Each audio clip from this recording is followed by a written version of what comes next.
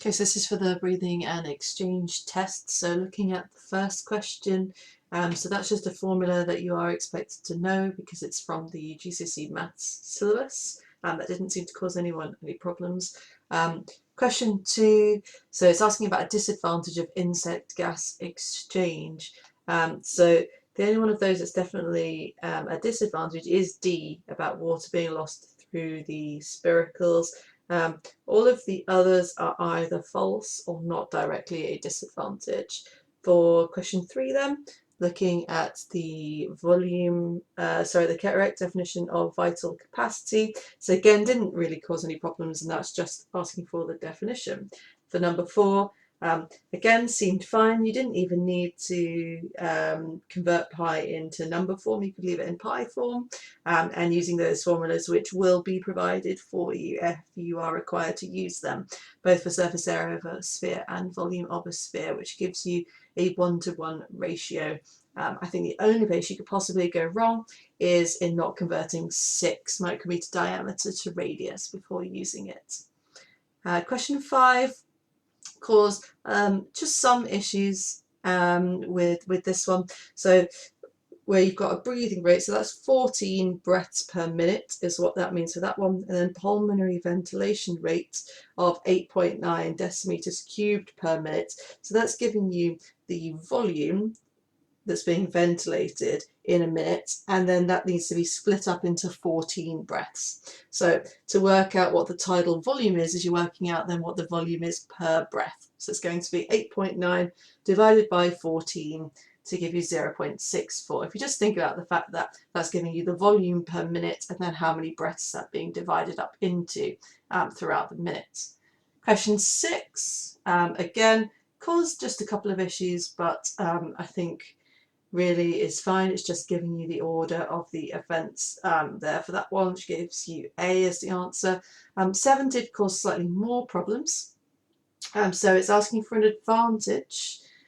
So other than C, which is the correct answer, the other 3 either aren't an advantage or aren't true. So having the tips of the gill filaments overlapping wouldn't keep the water flowing. If anything, it would slow down the water flowing. Filtering out debris that could damage the gills. So the gill filaments are part of the gill, so that is fragile, which means that it wouldn't have anything to do with preventing damage. If anything, it would contribute to the damage.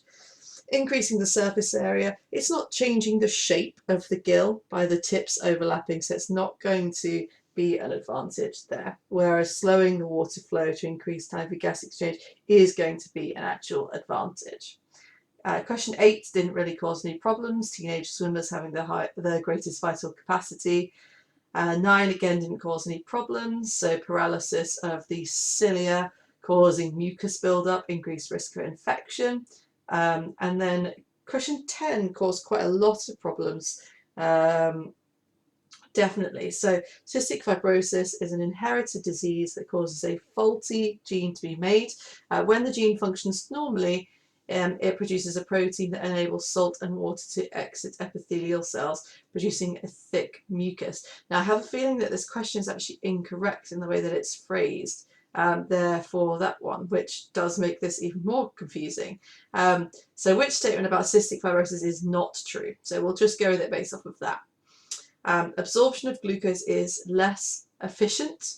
So absorption of glucose hasn't got anything to do with gas exchange, but has got to do with secretion of salt and epithelial cells in the small intestine. But it wouldn't be true for this statement, but that's something that you'll come across next year. If we just jump past the correct answer to C, so antibiotics are one method of treatment for cystic fibrosis. That would be true because they'd have an increased risk of infection because of mucus buildup. So antibiotics would be used to treat those infections. Osmotic gradient of epithelial cells in sufferers is different.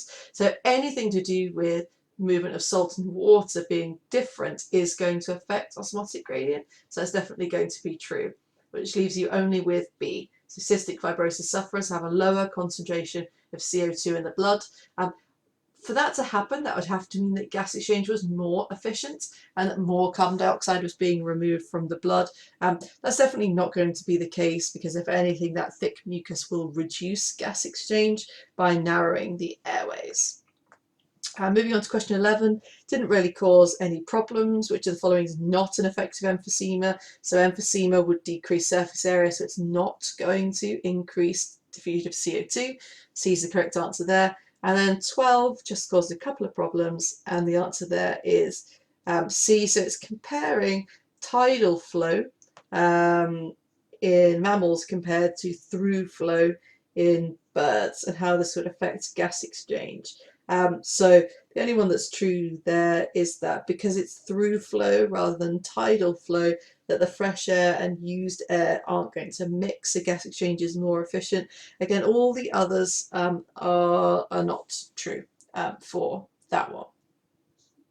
Moving on to look at these keywords, generally didn't really cause any problems. So root hair cells, specifically the structures for absorption of water, diaphragm as the muscle at the base of the rib cage, histology, study of tissue, and spiracle, the closable holes on an insect.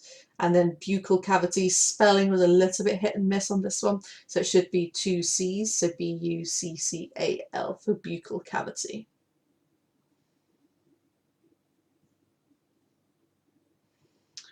Question 2 on here. So this was a tricky question that caused lots and lots of problems. Thinking about it just in terms of exam technique. So this particular example demonstrates good exam technique, because both of these you're describing the difference between two things, focusing on one specific feature. And this person's clearly highlighted the two organisms or the two structures being compared, but also to have circled the feature that's actually being compared. So really try to focus in the answer then on those specific factors.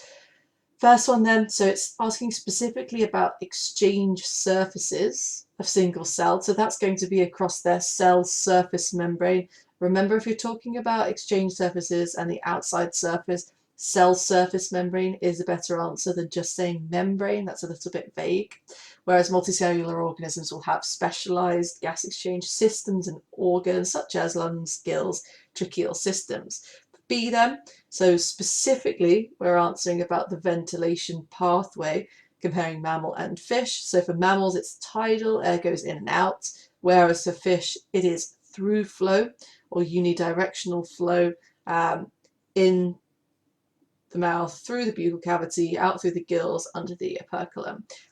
So you don't need to include some of this extra detail about countercurrent flow and that kind of thing, is because it's just talking about the ventilation pathway, not necessarily about the actual absorption of the oxygen. Last one then, so comparing the trachea of a mammal and the trachea of an insect. There's a few things you could talk about here.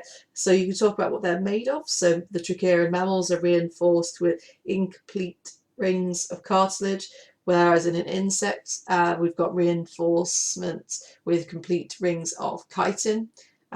With a mammal it's just a single trachea, which then branches out into the bronchi and then into the bronchioles, where in an insect there are multiple trachea which branch out into multiple tracheoles of decreasing and decreasing diameter. Question 3. So for this one, this is quite a common model, this the bell jar used to represent the lungs. Lots of good things you can demonstrate with this, obviously also some flaws, but this question is thinking about what we can use it to represent. So first, explaining why the balloon expands when the rubber sheet is pulled down. It's just about being thorough when you're answering questions like this. So you've got increased volume inside the jar, decreased pressure inside the jar. The pressure inside the jar is now lower than the atmospheric pressure or the pressure outside of the jar, and so air is drawn into the balloons. So just about really kind of laying that out point by point there for the 4 marks. Stating the meanings of tidal volume and vital capacity. Again, it's really just stating the definitions there, which you can see there in the Markscheme. The thing that was missing really for tidal volume is the idea of it being regular or steady. It's not just one breath. If you were measuring tidal volume, you wouldn't just get somebody to breathe once. You would need to look at allowing them to breathe regularly, steadily over a period of time and then picking one of those to then calculate from. Whereas vital capacity, it's that really deep intake of breath followed by a deep exhalation, and vice versa for working out that one. For C, it's about using the model to demonstrate the difference. So tidal volume, you would be pulling down on the rubber sheet and just releasing it repeatedly. Again, the idea of it being a steady rhythm to represent normal tidal, volume. And then for vital capacity, you would want to pull the rubber sheet all the way down and then push it all the way back up to get that idea of exhaling as much as possible as well. You did need that for the full mark there and for that one. Okay, question 4. So this did need the photo support sheet, which was also on OneNote. The structures there, so they are the lamella or the gill filaments, you could say either for that one. Explaining how the diagram shows the gills are adapted for efficient gas exchange. You needed to try to pick things that were visible on the diagram and relate it back to efficient gas exchange. Now, one key thing that's not given in the question, which means that you could pick up marks for, is the idea that efficient gas exchange means fast diffusion, or faster diffusion of oxygen and carbon dioxide. So linking to that idea did pick up the 4th mark here. So there were 3 marks available for a range of different visible features, and then the last mark for linking it to faster diffusion. Part C here, so you are comparing why a bone is a tissue and gills are an organ. So this is always something that people often struggle to articulate. So tissues have one or very few types of cells, tend to perform just one function or a very limited range of functions. Bone fits that because it's got only one or very few types of cells and is really only fulfilling one function. Whereas organs consist of several tissues, so they're going to be consisting of many cell types. They're going to be consisting of many different cells carrying out different functions. And a gill does contain 2 or more different tissues. If you think about the fact that there are blood vessels that are carrying out one function, there are epithelial cells carrying out another function, and so on. Last one, this one was the magnification, which was a tricky question actually for magnification, and I know a lot of people did not attempt it, and it's something that we can practice at a later point, so I'm not going to try to go through that on here. Last question, question 5. So we've got a graph where we can see volume of air breathed out, and then we've got 3 different groups. Healthy, group A, and then 2 different groups suffering from lung disease. And so we're, for the first part, comparing the difference in volume of air breathed out in 1 second by the people in groups A, B, and C. So ideally what you want to do is to draw on some lines at 1 second so that you can read off of the axes the values there, and you would pick up the first mark for reading off those values as 4.2, 2.8 and 0.9 decimeters cubed per second for A, B and C respectively. And then what nobody did, which will come with practice with exam technique, is doing some kind of calculation or some kind of processing of the data so that you are adding something to the analysis. Options of this is to work out a percentage, so B is 66% of A, for example, or C is 21% of A, that kind of thing. You could really do anything, but some kind of processing of the data. As I said, you'll get more into the habit of that with more practice. And then the last mark was just for a general statement, such as volume of air breathed out is higher in A than B and higher in B than C. Next bit, so we're trying to identify which lung disease is which for these, between asthma, which reduces the diameter of the bronchioles, and emphysema, which reduces lung capacity. So B is going to be emphysema because the lung capacity is less, because we can see that the plateau is being reached at a lower point.